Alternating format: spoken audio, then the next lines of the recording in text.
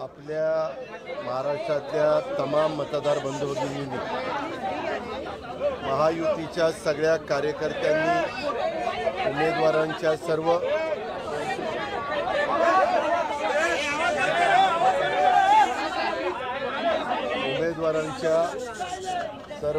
नातेवाईकांनी मित्रपरिवारांनी सगळ्यांनी अतिशय चांगल्या प्रकारे निवडणुकीची यंत्रणा राबवली आणि आम्ही पहिल्यापासून मी तर माझी लाडकी बहीण ह्या योजनेला जनसन्मान यात्रेला मी सुरुवात केली तेव्हापासून 18 तारखेच्या शेवटच्या सभेपर्यंत मी ठरवलेलं होतं कुणावर टीका टिप्पणी करायची नाही. आपण आपला कार्यक्रम सांगायचा. कुणी वाचाळवीरांनी वेगळे स्टेटमेंट केलेलं असेल तर तेवढ्यापुरतं त्या स्टेटमेंटच्या बद्दल आपलं मत काय ते सांगायचं आणि उद्याच्या काळामध्ये आमचं सरकार आल्यावर पुन्हा आमचं उद्याचं व्हिजन काय राहणार आहे ते सांगायचं. आणि ह्याच पद्धतीनं आम्ही शेवटपर्यंत प्रचाराची यंत्रणा राबवली. मी अनेक मतदारसंघामध्ये जाण्याचा प्रयत्न केला. काही ठिकाणी मला जाता आलं नाही दुर्दैवाने. त्यावेळेस त्यांनी माझी व्हिडिओ क्लिप काढून घेतली 10 मिनिटाची 12 मिनिटाची आणि मग ती आम्ही पाठवली. अशा पद्धतीनं मॅक्झिमम मतदारसंघामध्ये पोहोचण्याचा प्रयत्न एकनाथरावजींनी केला, देवेंद्रजींनी केला, मी केला, प्राईम मिनिस्टरांनी केला, अमित भाईंनी केला, इतर दिग्गज नेत्यांनी केला आणि ह्या पद्धतीनं आम्ही प्रचाराची यंत्रणा राबवली आणि त्याला चांगल्या प्रकारचं यश आलेलं आपण सगळे बघतोय. वास्तविक बऱ्याच वर्षांनी महाराष्ट्रामध्ये एवढं थम्पिंग मेजॉरिटी आलेलं चित्र आपल्याला पाहायला मिळालं नाही. पत्रकार मित्रांनो, मला आश्चर्य वाटतं की ह्यावेळेस 29 पर्यंत आकडा कुणाचा न गेल्यामुळं विरोधी पक्ष नेत्याची जागा पण भरली जाणार नाही, कारण मिनिमम 29 जागा त्या पक्षाच्या लागतात. जसं मागे पार्लमेंटमध्ये घडलेलं होतं. मला वाटतं 53-54 जागा असल्याशिवाय तुम्हाला विरोधी पक्ष नेत्याचं पद त्या ठिकाणी मिळत नाही. अर्थात तो विषय इथला नाही आहे, तो विधानसभेतला विधान परिषदेमधला विषय, तो तिथल्या तिथं आम्ही त्या ठिकाणी घेऊ. परंतु खूप मोठी जबाबदारी मतदार बंधू भगिनींनी आमच्यावर टाकलेली आहे आणि ज्या आमच्या 100% आम्ही A+मध्ये धरणाऱ्या जागा, मग डॉक्टर योगेश आमचे क्षीरसागर असतील, सुनील टिंगरेजी असतील, यशवंता माने मोहोळचे असतील किंवा आमचे दिलीप मोहिते पाटील असतील किंवा अतुल बेनके असतील, त्या 5-7 जागा 100% निवडून येण्याच्या कानडे असतील आमचे श्रीरामपूरचे, असं आम्ही त्याच्यामध्ये बेरजेमध्ये धरलेलं होतं. देवेंद्र भुयार असतील, परंतु त्या जागा दुर्दैवाने आमच्या काही आल्या नाही. परंतु बाकीच्या जागा आमच्या आल्या. आमचा लढवणाऱ्या जागेंच्यापैकी 55 जागा आम्ही लढवल्या. त्या मानाने आमचा स्ट्राईक रेट पण चांगल्या पद्धतीनं राहिला. भाजपचा पण उत्तम राहिला, शिवसेनेचा पण उत्तम राहिला आणि किरकोळ थोडंसे काही गोष्टीमध्ये मैत्रीपूर्ण लढती झाल्या. पण मला सांगायला आवडेल, जिथं जिथं मैत्रीपूर्ण लढती झाल्या ती पुरंदरमध्ये झाली, तिथंही महायुतीचाच उमेदवार निवडून आला. ती सिंदखेड राज्याला झाली, तिथंही महायुतीचाच उमेदवार निवडून आला. आणि पत्रकार मित्रांनो, मी काही माझ्या सहकाऱ्यांना सांगत होतो की तुम्ही इकडे तिकडे जाऊ नका, आपण सगळे मिळून ताकद लावू. आणि लोकसभेच्या निवडणुकीच्या निमित्तानं जो जनाधार आपल्याला मिळाला नाही, जे फेक नॅरेटिव्ह सेट करण्यात आला, विशेषतः आमच्या संविधानाच्या बद्दल, भारतरत्न डॉक्टर बाबासाहेब आंबेडकरांचं संविधान हे बदलणार किंवा मायनॉरिटीच्या मनात भीती दाखवण्याचा जो प्रयत्न झाला, त्याचा आम्हाला खूप मोठा फटका त्या बाबतीमध्ये बसला. आणि कांदा निर्यात बंदी, या 3 गोष्टीचा, कांदा निर्यात बंदी आम्ही उठवली. त्याच्यामध्ये संविधानाचा प्रश्नच नव्हता, कारण संविधान इतकं अत्युत्तम अशा प्रकारचं आपलं संविधान आहे की त्याचा आदर 140 कोटी जनतेला आहे. आणि उलट न्यायदेवतेच्या हातात संविधान दिलं आणि डोळ्यावरची पट्टी काढून टाकली. अशा बऱ्याच गोष्टी आम्ही केल्या. संविधान दिन साजरा करायचा निर्णय झाला. प्रत्येक जिल्ह्याच्या ठिकाणी संविधान भवन बांधण्याचा निर्णय झाला, अशा गोष्टी त्याच्यात झाल्या. मी मायनॉरिटीला सांगत होतो की आम्हाला सगळ्यांना न्याय द्यायचा आहे. आम्ही शिवशाहू फुले आंबेडकरांच्या विचारधारेशी संबंधित आहोत.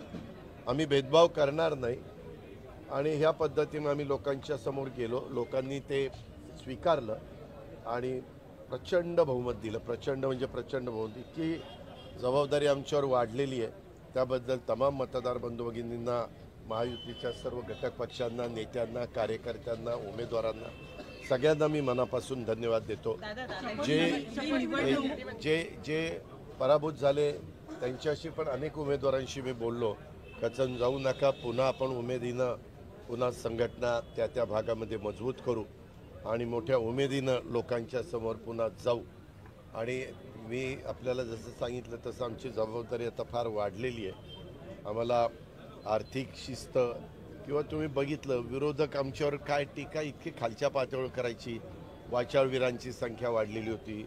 रोज 9 ते 10च्या दरम्यान एक भोंगा वाजायचा आणि इतकं काहीतरी खालच्या पातळीवर टीका टिप्पणी चालायची. तुम्ही पत्रकार मित्रांनो कालचा दिवस आठवा. काय एकदम सगळे काही जण विरोधक तर हवेतच होते. आम्ही आपलं गप्प TV वर बघत होतो. आम्ही कुणी तुमच्याशी संपर्क साधला नव्हता. त्यांनी हॉटेल काय बुक केली, विमानं काय बुक केली, हेलिकॉप्टर काय बुक केली आणि सगळीकडे माणसं काय पेरली आणि लगेच तुम्ही इकडे घेऊन या, लगेच तिकडे घेऊन या. काही म्हणजे अंदाज पण त्यांना आला नाही. अंडरकरंट एवढा जबरदस्त होता. आणि माझं स्वतःचं मत आहे, तुम्ही काही म्हणा, गेम चेंजर जो झाला तो लाडक्या बहिणीने केला. लाडक्या बहिणींचं मतदान पण वाढलं. लाडक्या बहिणींनी आमच्यावर विश्वास पण टाकला. आम्ही लाडक्या बहिणींना दिलेला शब्द पण आम्ही पाळला आणि पुढेही हेच शब्द पाळतील असा एक विश्वास माझ्या लाडक्या बहिणींना सगळ्यांच्या मनामध्ये बसला. आणि 3, 5, 7.5 हॉर्सपॉवरच्या मोटरचं जे बिल माफ केलं तो एक शेतकऱ्यांच्यामध्ये खूप चांगला मेसेज गेला. आणि युवा युवतींच्याबद्दल आम्ही स्टायपन देण्याचा निर्णय 6,000, 8,000 आणि 10,000 घेतला. तो एक चांगला निर्णय घेतला. आणि आम्ही सतत मी सांगत होतो की केंद्र सरकार ज्या विचाराचं आहे त्याच विचाराचं राज्यात सरकार आलं तर आपल्याला प्रचंड निधी आणता येईल, मोठे मोठे प्रकल्प आपल्याला मार्गी लावता येतील आणि राज्याचा सर्वांगीण विकास करता येईल. आणि ते लोकांनी ॲक्सेप्ट केलं आणि प्रचंड अशा प्रकारचं बहुमत.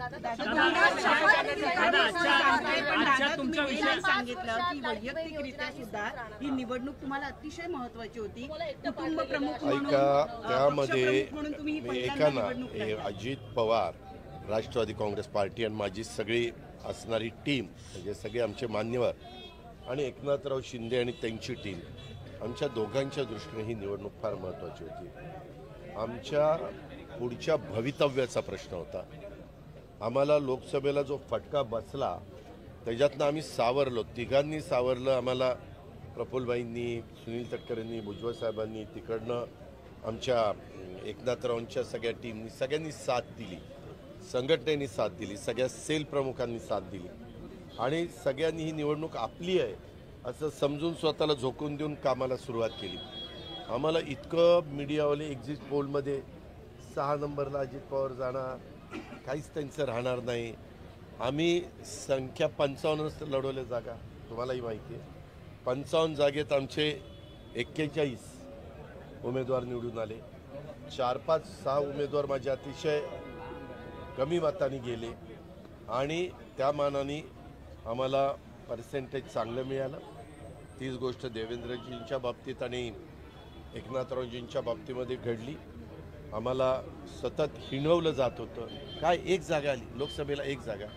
आम्ही आमच्या मनाला सांगायचो, माझ्या आमदारांना सांगायचो, बाबा 5 वर्षापूर्वी काँग्रेसची पण एक जागा आली, आज सगळ्यात जास्त जागा काँग्रेसच्या लोकसभेत आल्या.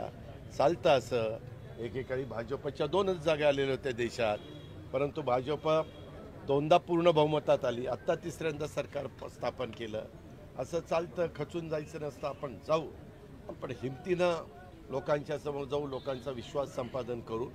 लोक निश्चितपणे आपल्याला कौल देतील. माझी तर बारामतीमध्ये अशी पंचायत केली गेली होती, सगळे माझ्या विरोधात, सगळे म्हणजे काही माझ्या बहिणी माझ्याबरोबर होत्या, माझा आई, माझा परिवार माझ्याबरोबर होता, मूळ म्हणजे बारामतीकर होते. तुम्हाला आश्चर्य वाटेल, मी गेल्या वेळेस तिथं 48,000 लोकसभेला मायनस होतो. मायनस असताना मी ते मायनस भरून काढून माझ्या बारामतीच्या मतदारांच्यामुळं, कार्यकर्त्यांच्यामुळं, सहकाऱ्यांच्यामुळं सगळ्यांनी आपण उमेदवार समजून झोकून दिलं. 1,16,000 मी लीडवर आहे. म्हणजे 48,000 भरून काढून 1,16,000 कुठं माझं लीड गेलं. म्हणजे मला तर पुन्हा त्या बारामतीकरांना सॅल्यूटच ठोकायचं आहे. मी जाईल तेव्हा त्यांचे आभार मानीनच, परंतु आत्ता त्यांना सॅल्यूट ठोकतो. खूप जबाबदारी त्यांनी वाढवली. अतिशय हुशार लोक. कुठं कसं मतदान करायचं, काय करायचं, भावनिक मुद्दा घेतला नाही, काय नाही. मी कामाचा माणूस होतो. विकास मी त्या ठिकाणी केलेला होता आणि त्या विकासाला त्यांनी मत दिलं. राज्यामध्ये देखील आम्ही महायुतीच्या सरकारमध्ये काम करताना विकास हाच मुद्दा मांडून लोकांच्या समोर गेलो. काही बाबतीमध्ये एक वेगळा प्रचार करायचा, हम एक है तो सेफ है. मी लोकांना म्हणायचो हम एक है म्हणजे इथं असणारे सगळे आपण एक आहोत तर आपण सेफ आहोत. ह्याच्यात काही चुकीचं होतं. परंतु जसं सबका साथ सबका विकास तशा पद्धतीनं पण काही डोक्यातनं कल्पना काढायचे आणि काहीतरी तिसराच प्रचार करायचे. पण यावेळेस आम्हाला आमच्या मागासवर्गीय समाजाने पण साथ दिली, आमच्या अल्पसंख्याकांनी पण बऱ्यापैकी साथ दिली. त्याच्यातून आम्हाला काही ठिकाणी थोडंसं गडबड झाली, परंतु त्याचे एकंदरीत बूथवाईज आकडे आल्यावर मी त्याच्याबद्दल त्याचं विश्लेषण करू शकेन, कारण आत्ता एकदम बोलणं उचित ठरणार नाही. पण जे पर्सेंटेज वाढलं आणि लाडक्या बहिणीचं जे पर्सेंटेज वाढलं, तिथंच मनात एक आशेचा किरण जागा झाला. नाही, आपण उद्याच्याला निकाल आपल्याला चांगला मिळेल. आपल्या लाडक्या बहिणी आपल्याला म्हणजे साथ दिल्या वाचून थांबणार नाही आणि तसंच घडलं.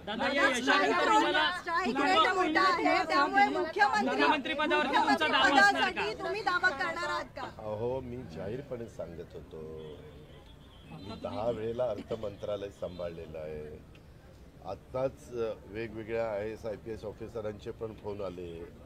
ते पण दादा खूप चांगले झालं. कुणाच्या स्वप्नात नव्हतं. तुमच्या नाही, ह्यांच्या नाही, ह्यांच्या नाही, कुणाच्याच नाही. 230 ना,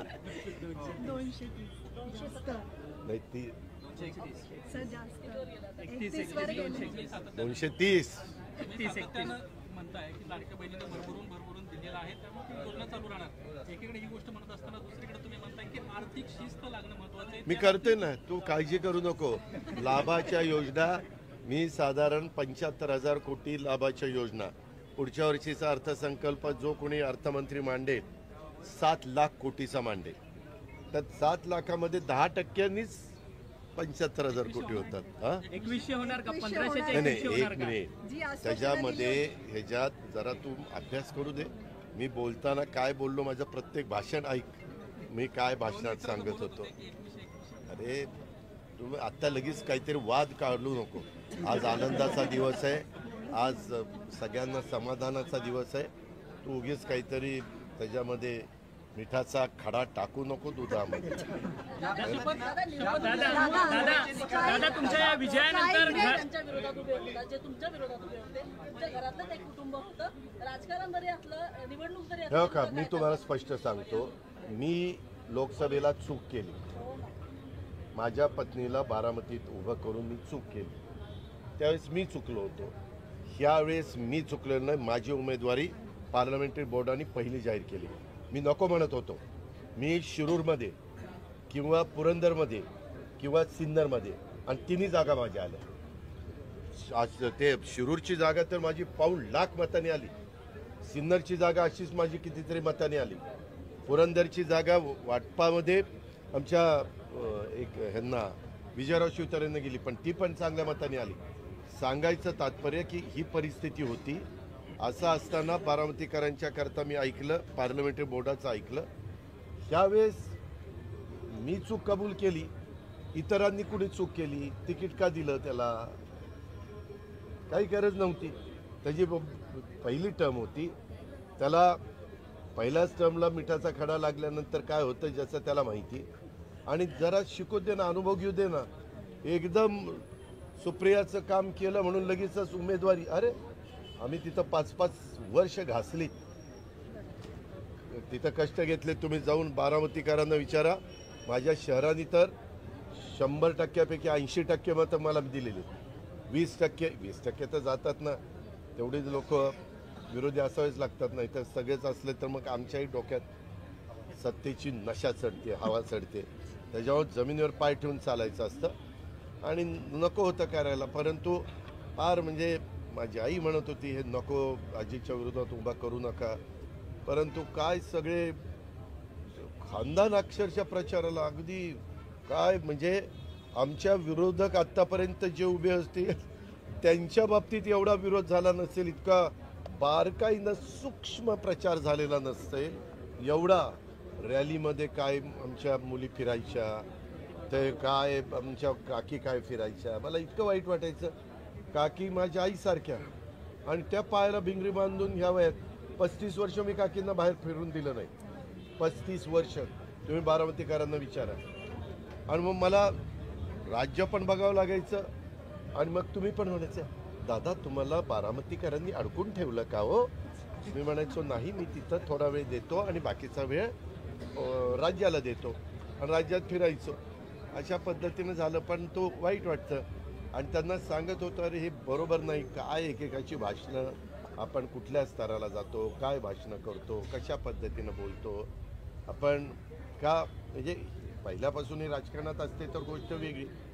पण जाऊ द्या आता. दादा तुमचा स्ट्राईक रेट चांगला आहे, मग आता मग मुख्यमंत्री पदावरती तुमचा दावा असणार का? उद्याच्याला माझ्या पक्षाच्या आम्ही सर्व प्रमुखांनी मीटिंग बोलवली आहे आणि ती 5 स्टार हॉटेलमध्ये बोलवलेली नाही, ती देवगिरी बंगल्यावर बोलवलेली आहे. तिथं पाठीमागं आम्ही चर्चा करू, नेता निवड करू आमच्या पक्षाचा. भाजप पण तसाच नेता निवड करेल, एकनाथराव पण नेता निवड करतील आणि त्याच्यानंतर मग आम्ही एकत्र बसू आणि त्याच्यानंतरचा पुढचा राज्याचा प्रमुख कोण, काय, कशा पद्धतीनं सरकार करायचं, कुणाचे किती डिपार्टमेंट कुठले कुणाला वगैरे वगैरे ह्या सगळ्या चर्चा करू. कारण हे झालं की आम्हाला लगेच अधिवेशनाला सामोरं जायचं आहे. त्याच्यामुळे ते अधिवेशन आमच्या दृष्टीनं महत्त्वाचं आहे. दादा पण तुमची सुपर इच्छा होती. तुम्ही अनेक भाषणांमध्ये बोलून दाखवलंय की मी फडणवीस असेल, एकनाथ शिंदे असेल यांच्यापेक्षा सिनियर आहे राजकारणात. तुम्ही नाही एक मिनिट, ते तुम्हाला गंमत पण कळत नाही. अहो सिन्सिअर अगदी सिरियसली सभा झाल्यावर काही थोडंसं त्याच्यात असं बोलायचं की एक थोडासा हास्य फवारा निर्माण झाला पाहिजे. त्याच्यामध्ये काही गोष्टी आम्हीच काय सांगितलं होतं, आमचं एकमेव ध्येय 250च्या पुढं जागा आणायच्या. ते पहिलं ध्येय आम्ही गाठलंय. दुसरं ध्येय आम्हाला पहिल्यांदा निवडून आलेल्या आमदारांनी मला नेता तर केलं पाहिजे त्यांचा. ते आता उद्या काय करतात ते बघायचं. मग नेता निवड झाल्यावर बाकीच्या दोघांची नेता निवड होईल आणि मग आम्ही तिघं एकत्र बसू. त्याच्यामध्ये काही सहकाऱ्यांशी चर्चा करू, वरिष्ठांशी चर्चा करू आणि पुढची रणनीती ठरवू.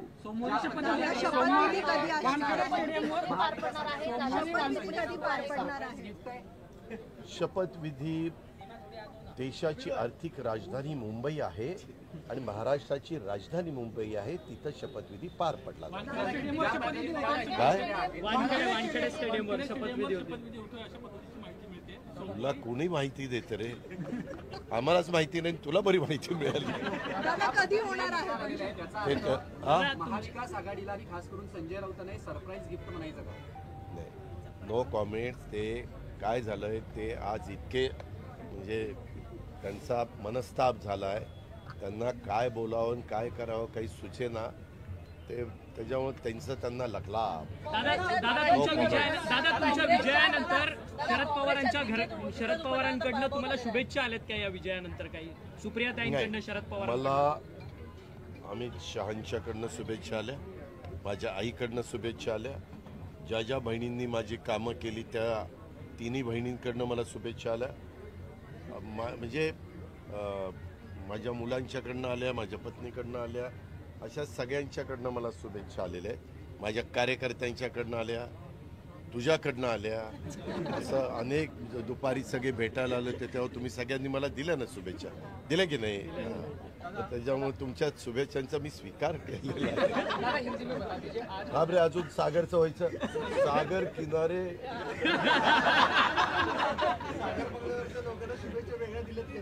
कुठल्या नाही ना आधी आमचे नेता निवड होऊन दे ना मग आम्ही तिघं बसू ना. आता भाजप सगळ्यात मोठा मध्यंतरी अमित भाई शहा ज्यावेळेस मुंबईत आले त्यावेळेस त्यांना मी विचारत होते की ज्यांची संख्या जास्त बळ असेल तो असेल का वगैरे तर त्यांचे संकेत त्याच्या स्वरूपात होते. त्या संदर्भात सागर काही काळजी करू नका आम्ही व्यवस्थित बसू. इतकं बहुमत मिळालेलं आहे आता आम्हाला थोडंसं व्यवस्थितच असं काही अतिरेक करून चालणार नाही रे. शक्य आहे कारण की तेवढं अरे कसं होईल 29 जागा कोणाच्या आल्यात का विरोधकांच्या तो मुद्दा आहे आता कसं काय ते बघू ना. हाऊसचं काम इथं चालतं हाऊसचं काम हाऊसमध्ये. काँग्रेसच्या दिग्गज उमेदवारांचा सुद्धा पराभव झालेला आहे दादा. बाळासाहेब थोरात अरे काल तर बाळासाहेब गाडीतनं फिरत होते आमचे जयंतराव गाडी चालवायचे आणि त्यांना पंपिंग करायचं काम आमचे संजय राऊत साहेब करायचे. गाडी इतकी सुंदर चालवतो सरकार किती सुंदर चालवतील. आता कधी सरकार चालवणार काय करणार. तरी आमच्या इस्लामपूरवाल्यांनी नीट लक्ष दिलं नाही हो. मी कार्यकर्त्यांशी बोललो त्यांनी अजून जरा नीट लक्ष दिलं असतं ना करेक्ट कार्यक्रम झाला असता.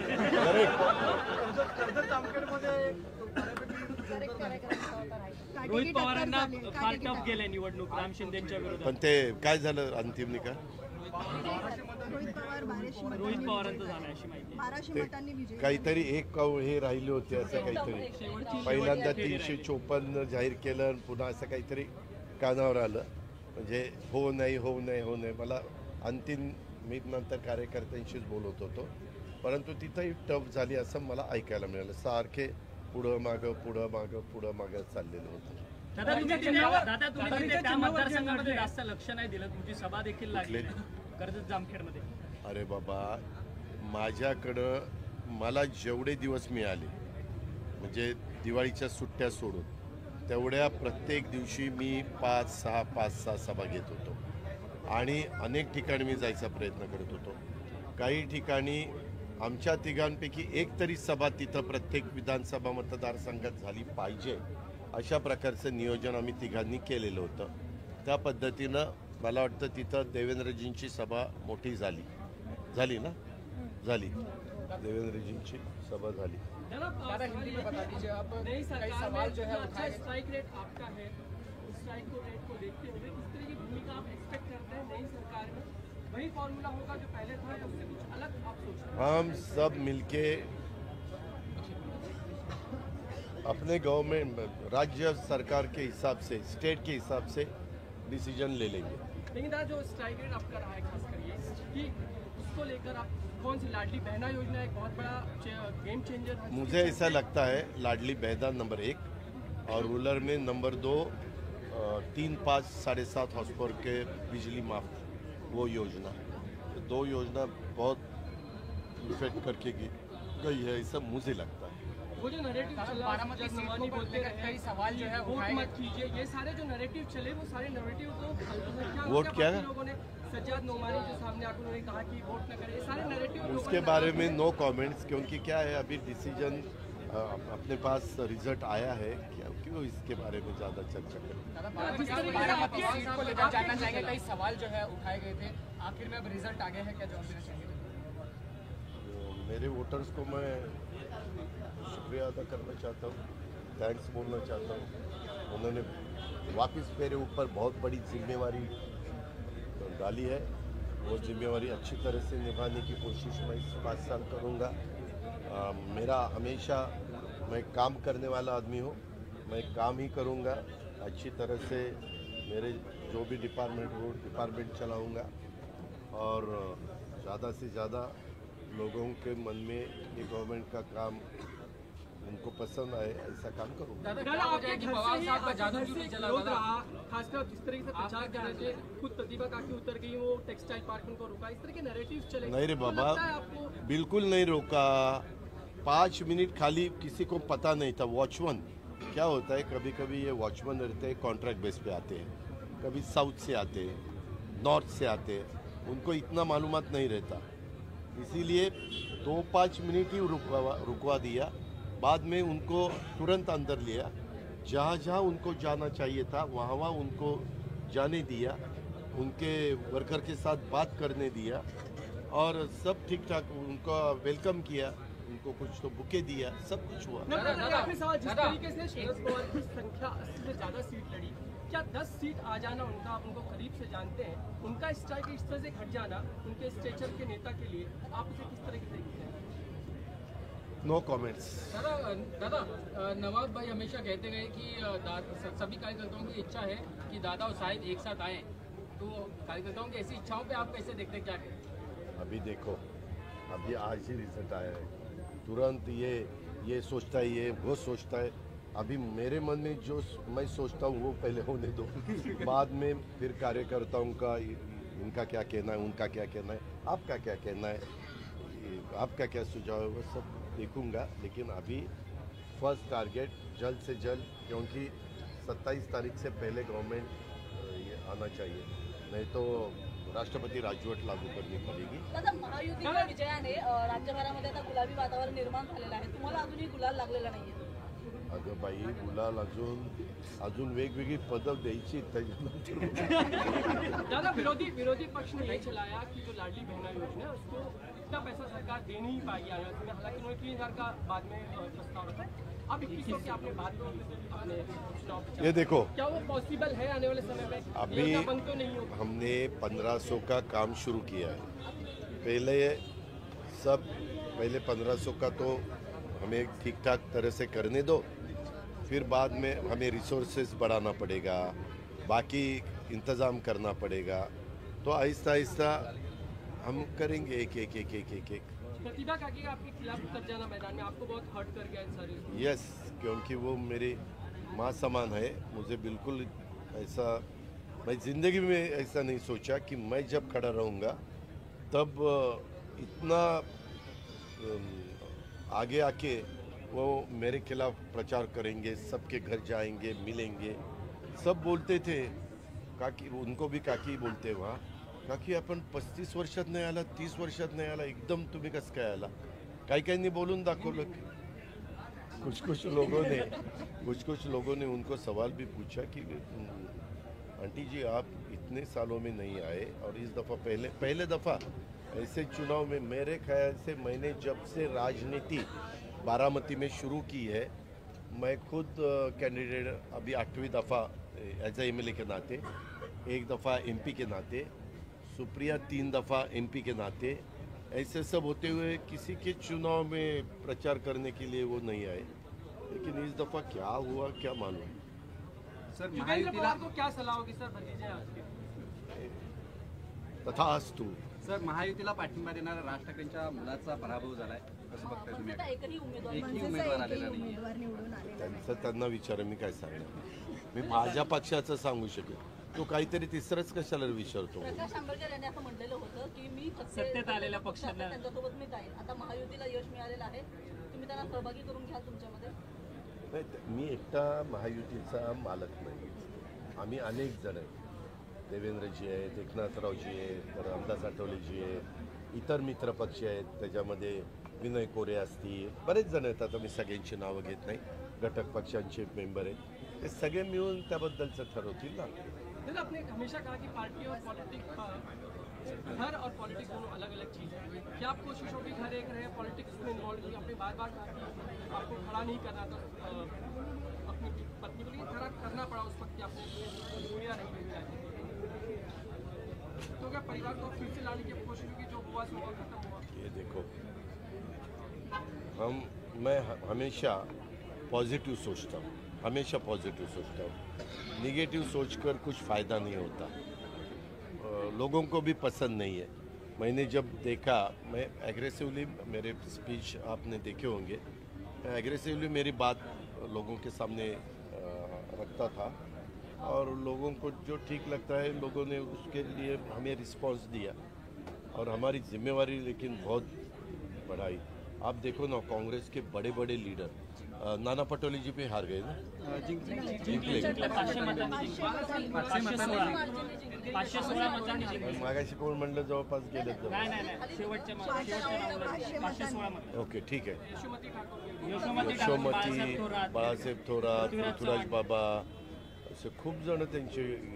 धीरज पण गेला. नाही, अमित आला वाटतं. रिकाउंटिंग लागतात. बड़े बड़े दिग्गजों का गिर जाना, खासकर बालासाहेब थोरात तो 60 टर्म जीत कर आए थे, ऐसे 7. बाद भी चर्चा चालू होती. क्या है, लीडरों के मन में सीएम पद की चर्चा चालू है, ऊपर वाले यानी हाईकमांड के मन में. लेकिन हाईकमांड को कहाँ पता है, अरे इसके पास वोटर ही नहीं है. ये हाईकमांड को पता नहीं चला, इसीलिए वैसा रिजल्ट आया. लेकिन खुले मन से मैं जो हमें यश मिला है, मैं खुले दिल से यश स्वीकार करता हूँ और सभी का धन्यवाद करता हूँ. चला.